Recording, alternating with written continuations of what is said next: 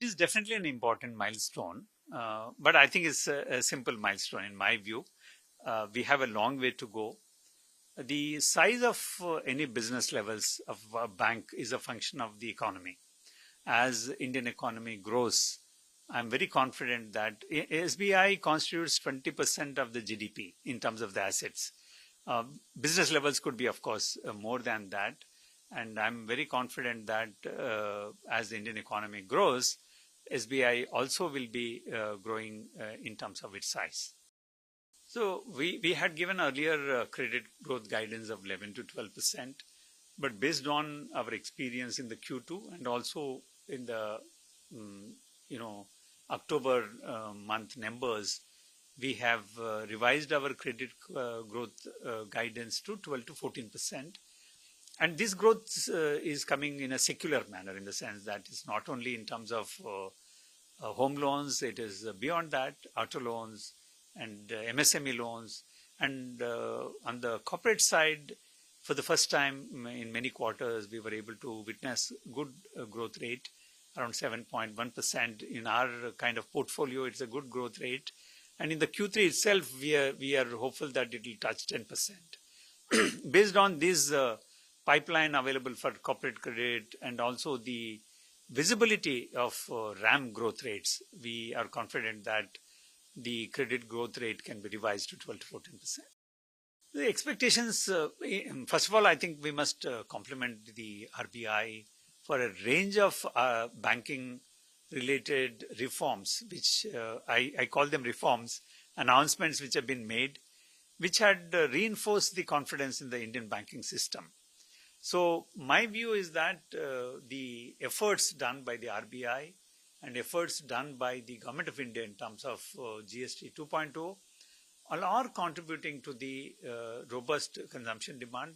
And if this consumption demand is sustained, I think the growth rates which I mentioned would help us to cross and maintain this lead in terms of the credit addition. I think we have a potential to add at least another 2 to 2.5 lakh crore business on the deposit side, another 2.5 lakh crores in the loan side. So rest of the half year. So maybe 4 to 5 lakh crore we can add to the business levels. House view is that the December rate cut is not likely, and March rate cut is 50-50 chance.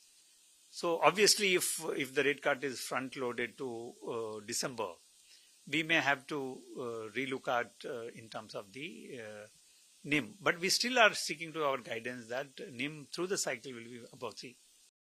So whether the banking system or overall financial services system, the regulators, the Government of India definitely want to simplify the process of KYC, because it is a recurring process. You have a requirement of periodical updation of the KYC. When we looked at our project Saral, a simplification of our process, we took up this major project and found that in a large bank like ours, there are multiple systems to do the KYC. First of all, we want to handle that. In this process, if there is some simplification is required at the regulatory level or the Government of India level, we will definitely work with them. Our idea is that under the project Saral, the simplification project what we are pursuing, one of the major themes what we have taken is the simplification of the KYC process, and we want to complete this project by 31st March 26. That means you will see a new way of doing KYC with SBI. See, today the KYC is done at multiple levels in SBI. You go and open a savings bank account, KYC is done. Again, you go home loan, again KYC papers are asked. Or if you want to open a PPF, again KYC is asked. So these multiple KYC touch points will be avoided, and we are creating internally what is called KYC as a service. A particular department will be providing KYC as a service. If customer X comes for opening any account, any loan account, any deposit account, if his KYC already is there with us, that KYC will not be asked again. RBI has been extremely proactive in the past and also now. And quite a few things what we have been suggesting to them, they are receptive.